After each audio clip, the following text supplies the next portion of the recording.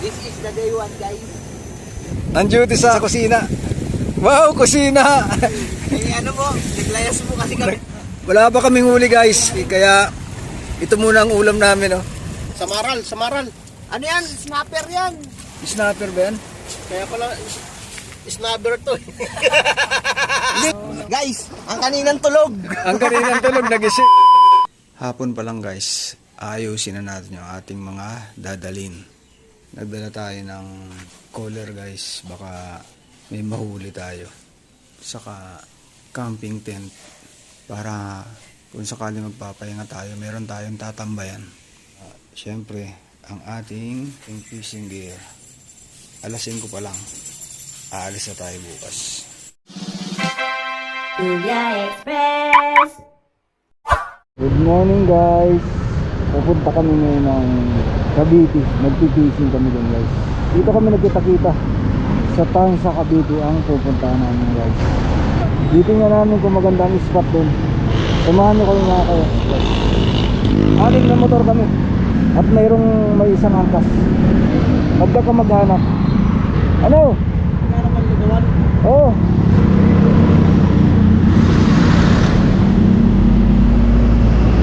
Ang kagandahan guys, kapag kapamilya ang kasama mo sa mga rides mo, at least magkakilala na kayo, magkakabanding kayo, tapos madaling magpaalam kasi alam ng misis mo kung sino ang kasama mo.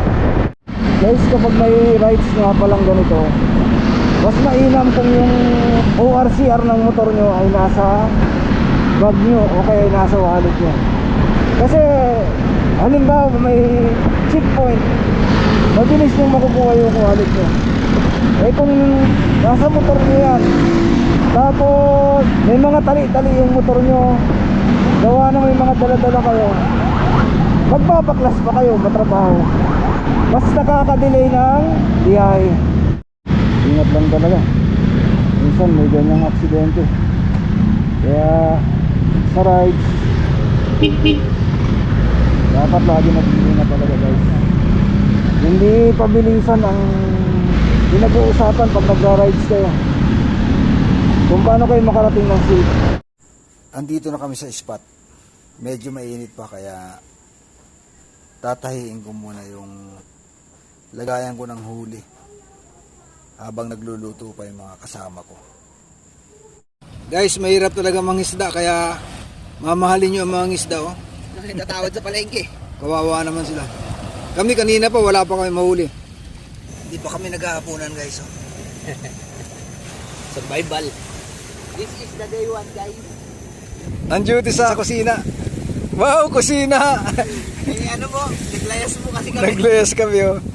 Trinay na yung maglayas pero napag-isip-isip namin ang buhay ng mga naglalayas guys. Babalik na po kami sa bahay. Oo. Napag-isip-isip namin na talagang mas mabuti pa pala sa bahay.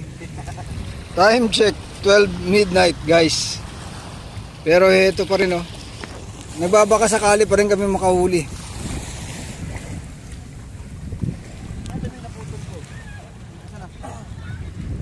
Wala na, gulo na yan. Pwede na yan. Kailangan namin makasurvive ngayong gabi guys. Wala pa kaming ulam. Isda. Tatanong muna natin ito. Pwede na yan. Hindi ka makakain daw to. Makakain o hindi. Wala pa kaming huli guys. Kaya ito muna ang ulam namin oh. Lucky me. At saka itlog. Buti na lang, may kasangga kaming kasama ngayon oh. Para saan naman yan? Tingnan natin to sa katang. O magkakatang naman kami. Wala na talaga eh. Hindi naman sa desperado na kami, kundi kailangan namin may maulam man lang kami ngayong gabi. Malakas ang hangin guys. Kanina pa hindi pa kumulo yung aming iniinit na tubig. Para sa Lucky Me, another one. Ang tanong kung kinakain pa yan o hindi.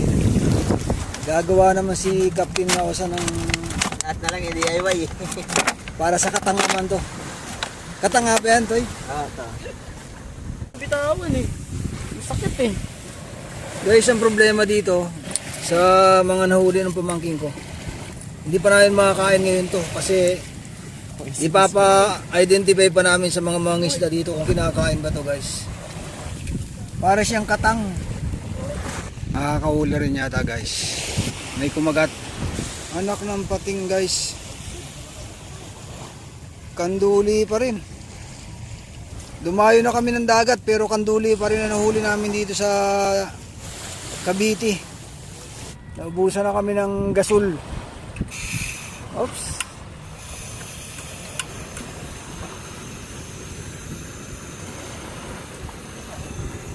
Ang lakas na yan. Pang ganyan narinig sa fishbowlan eh. Bus na oh. Sana sa pangalawang pagkakataon maluto na to. Makgal na yan. Magdadalawang oras na itong nakasalang. Ngabot na ba? Ludes pa rin. Gutom na si Jethro guys. Pagkatapos ng 2 oras guys, kumulo rin siya. Kain tayo guys. Si Lord. At makakain na kami.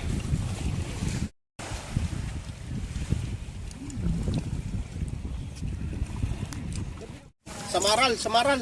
Ano yan? Snapper yan. Snapper ba yan? Kaya pala, snapper to. Hindi nga, anong isda to? Snapper. Paki-ID naman guys. na nahuli ko kanina eh. Magaong malaki na guys. Nagkakaulihan na guys. Anong isda yan? Ganun pa rin to sa kanina ho. Guys, ang kaninang tulog. Ang kaninang tulog nagising oh. Guys, ito lang huli namin sa maghapon at magdamag na pagpuporsige. Biniyayaan din kami. Guys, sa pagtitising, hindi yung huli ang nagpapasaya. Kundi yung bonding moments nyo. Maihagis mo lang yung rad mo at may kumagat, masaya ka na. Bonus na lang yung makahuli ka.